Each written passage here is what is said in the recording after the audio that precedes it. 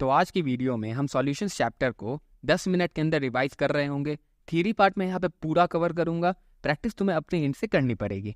So first of all, what are solutions? Solutions basically दो या दो से ज्यादा कंपोनेंट्स के मिक्सचर को कहते हैं। होमोजेनियस बोले तो through out the mixture composition और प्रॉपर्टीज यूनिफॉर्म रहती हैं।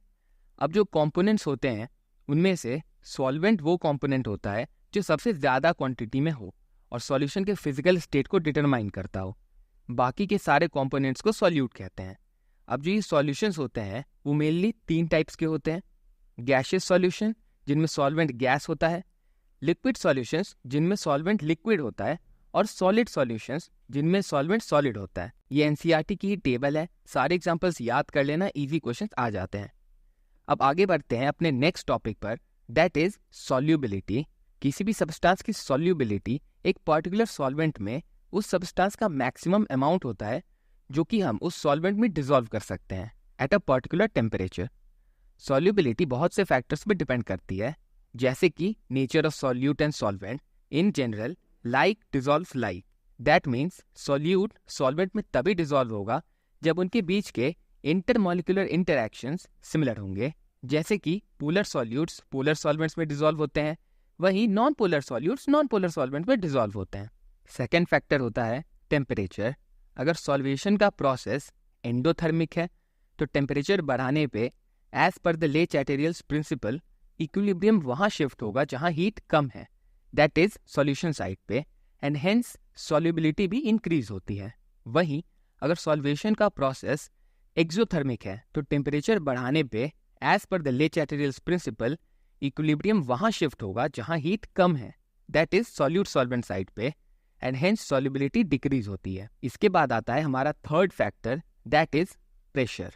अब सॉलिड एंड लिक्विड सॉल्यूशंस में प्रेशर का एज सच कोई खास इफेक्ट नहीं होता है, लेकिन गैस एंड लिक्विड सॉल्यूशंस की सॉल्युबिलिटी में प्रेशर एक बड़ा फैक्टर है जिसको मैथमेटिकली एक्सप्रेस करता है Henrys law. As per the Henry's law, for a gas and liquid solution, gas की सॉल्युबिलिटी डायरेक्टली प्रोपोर्शनल होती है गैस के पार्शियल प्रेशर के।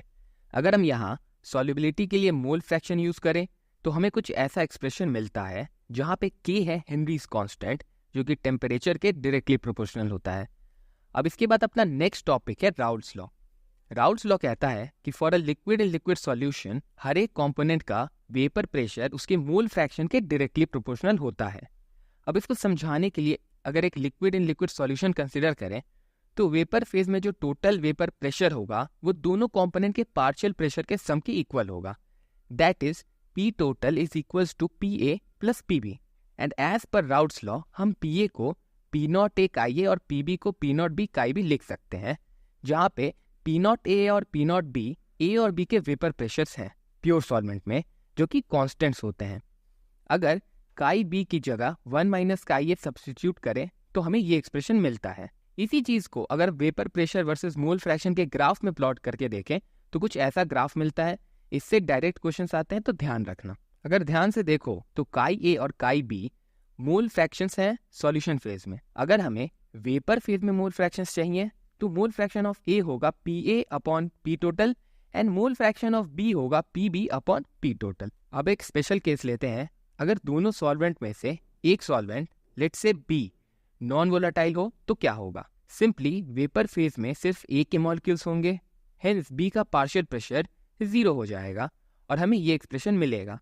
इसको कहते हैं Raoult's law for non volatile solutes. अब आगे बढ़ते हैं अपने नेक्स्ट टॉपिक पर, that is ideal solutions. Ideal solutions ऐसे सॉल्यूशंस होते हैं जो किसी भी कॉन्सेंट्रेशन में राउल्ट्स लॉ को फॉलो करते हैं। ऐसे सॉल्यूशंस में जो सॉल्यूट सॉल्यूट और सॉल्वेंट सॉल्वेंट के बीच के इंटरैक्शंस होते हैं वो सॉल्यूट सॉल्वेंट के बीच के इंटरैक्शंस के इक्वल होते हैं। चेंज इन एंथैल्पी और चेंज इन वॉल्यूम 0 होता है, डेल्टा एस पॉजिटिव रहता है और delta G negative. For example benzene और टाउलिन, क्लोरोइथेन और ब्रोमोइथेन, एनहेक्सेन और एनहेप्टेन। अगर ध्यान दो तो यहाँ पे दोनों कॉन्स्टिट्यूएंट काफी सिमिलर मॉलिक्यूल्स हैं। अब अगर बात करें नॉन आइडियल सॉल्यूशंस की तो ये राउल्ट्स लॉ को ओबे नहीं करते हैं for an entire range of concentration. May be कुछ स्मॉल रेंजेस में कर सकते हैं, उससे फर्क नहीं पड़ता है। अब यहाँ 2 केसेस बनते हैं, पॉजिटिव डेविएशन और नेगेटिव डेविएशन। पॉजिटिव डेविएशन में P A P naught A chi A से और P B P naught B chi B से बड़ा होता है।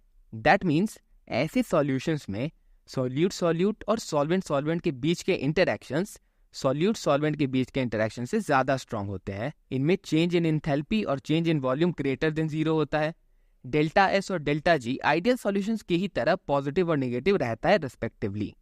For example water and alcohol और CHCl3 और CCl4, अगर इनका vapour pressure versus mole fraction का ग्राफ देखें तो आइडियल बिहेवियर से ऊपर की तरफ डेविएशन दिखता है। अब अगर बात करें नेगेटिव डेविएशन की तो यहाँ PA P0A KA से और PB P0B KB से छोटा होता है। दैट मीन्स ऐसे सॉल्यूशंस में सॉल्यूट सॉल्यूट और सॉल्वेंट सॉल्वेंट के बीच के इंटरैक्शंस सॉल्यूट सॉल्वेंट के बीच के इंटरैक्शन से कमजोर होते हैं। इनमें चेंज इन एंथैल्पी और change in volume less than 0 होता है। डेल्टा एस और डेल्टा जी फिर से सिमिलर बिहेवियर शो करते हैं। For example water and acid और CHCl3 और एसीटोन, अगर इनका vapour pressure versus mole fraction का ग्राफ देखें तो आइडियल बिहेवियर से नीचे की तरफ डेविएशन दिखता है। अब चलते हैं अपने one of the most important topic की तरफ, दैट इज कॉलिगेटिव प्रॉपर्टीज। सबसे पहले relative lowering in vapour pressure. जब हम एक वोलेटाइल सॉल्वेंट में एक नॉन वोलेटाइल सॉल्यूट डिसॉल्व करते हैं तो उसका वेपर प्रेशर डिक्रीज करता है। अगर हम नॉन वोलेटाइल सॉल्यूट के लिए राउल्ट्स लॉ लें और उसमें काई ए की जगह 1 - काई बी सब्स्टिट्यूट करें तो हमें कुछ ऐसा एक्सप्रेशन मिलता है। ये RHS में जो टर्म है यही तो है relative lowering in vapour pressure, जो कि उस नॉन वोलेटाइल सॉल्यूट के मोल फ्रैक्शन के इक्वल होता है। नेक्स्ट आता है एलिवेशन इन बॉइलिंग पॉइंट। अभी हमने देखा कि नॉन वोलेटाइल सॉल्यूट के ऐड करने पे वेपर प्रेशर डिक्रीज करता है। इसके कारण सॉल्यूशन का बॉइलिंग पॉइंट इंक्रीज कर जाता है। ये जो बॉइलिंग पॉइंट में एलिवेशन आता है वो सॉल्वेंट के मोलैलिटी के डायरेक्टली प्रोपोर्शनल होता है। प्रोपोर्शनैलिटी हटाने पे एक कांस्टेंट आता है KB, that is molal elevation constant. इसकी वैल्यू अक्सर दी हुई रहती है क्वेश्चन में, बट अगर नहीं दी हुई है तो इस फॉर्मूला से इजीली निकाल सकते हो। अगला है डिप्रेशन इन फ्रीजिंग पॉइंट। फिर से वही बात है, नॉन वोलेटाइल सॉल्यूट के ऐड करने पे वेपर प्रेशर डिक्रीज करता है, जिसके कारण सॉल्यूशन का फ्रीजिंग पॉइंट डिक्रीज करता है। ये जो फ्रीजिंग पॉइंट में डिप्रेशन आता है वो सॉल्वेंट के मोलैलिटी के डायरेक्टली प्रोपोर्शनल होता है। प्रोपोर्शनलिटी हटाने पे एक कांस्टेंट आता है KF, that is molal depression constant. इसकी वैल्यू निकालने के लिए ये फॉर्मूला यूज करते हैं।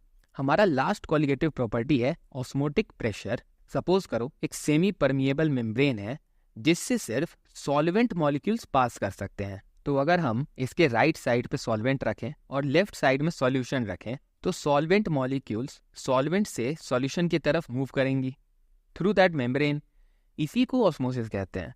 अब अगर सॉल्यूशन साइड पे प्रेशर लगाना स्टार्ट करें तो धीरे धीरे ऑस्मोसिस का रेट गिरने लगेगा और एक पॉइंट आएगा जब ऑस्मोसिस रुक जाएगी। उस पॉइंट पे जो प्रेशर होगा उसे ऑस्मोटिक प्रेशर कहते हैं। अगर प्रेशर और बढ़ाया जाए तो सॉल्वेंट मॉलिक्यूल्स सॉल्यूशन से सॉल्वेंट फेज में मूव करने लगती हैं, जिसे रिवर्स ऑस्मोसिस कहते हैं। Mathematically pi is equals to CRT, जहाँ पे C स्टैंड्स फॉर मोलैरिटी। अब हमारा लास्ट बट सबसे important topic van't Hoff factor. ये ऐसे केस में यूज करते हैं जहाँ जो हमारा सॉल्यूट है वो डिसोसिएट या एसोसिएट कर रहा होता है। हेंस जो हमारे सारे कॉलिगेटिव प्रॉपर्टीज हैं उनके फॉर्मूला में हमें वैन हॉफ फैक्टर ऐड करना होगा।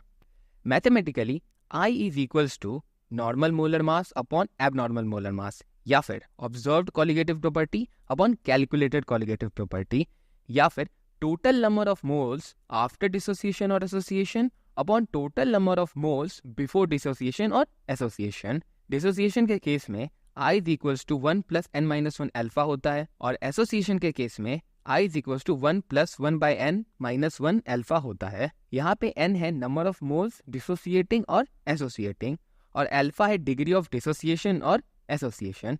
इसके बाद एक छोटा सा टॉपिक रह जाता है अजियोट्रॉपिक मिक्सचर्स। ये ऐसे बाइनरी मिक्सचर्स होते हैं जिनका लिक्विड और वेपर फेज में सेम कॉम्पोजिशन होता है और ये कांस्टेंट टेम्परेचर पे बॉयल होते हैं, जस्ट लाइक प्योर सब्सटेंसेस। चूंकि कांस्टेंट टेम्परेचर पे बॉयल होते हैं तो इन्हें फ्रैक्शनल डिस्टिलेशन के प्रोसेस के थ्रू अलग करना पॉसिबल नहीं है।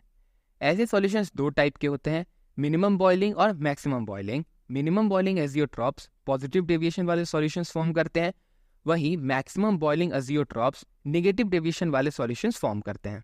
तो इतनी ही चीज़ें थी इस चैप्टर में। आई होप तुम्हें सभी चीज़ें अच्छे से समझ में आ गई होंगी। अगर हाँ तो इस क्वेश्चन का आंसर कमेंट करके बताओ। मिलते हैं नेक्स्ट वीडियो में। Be consistent.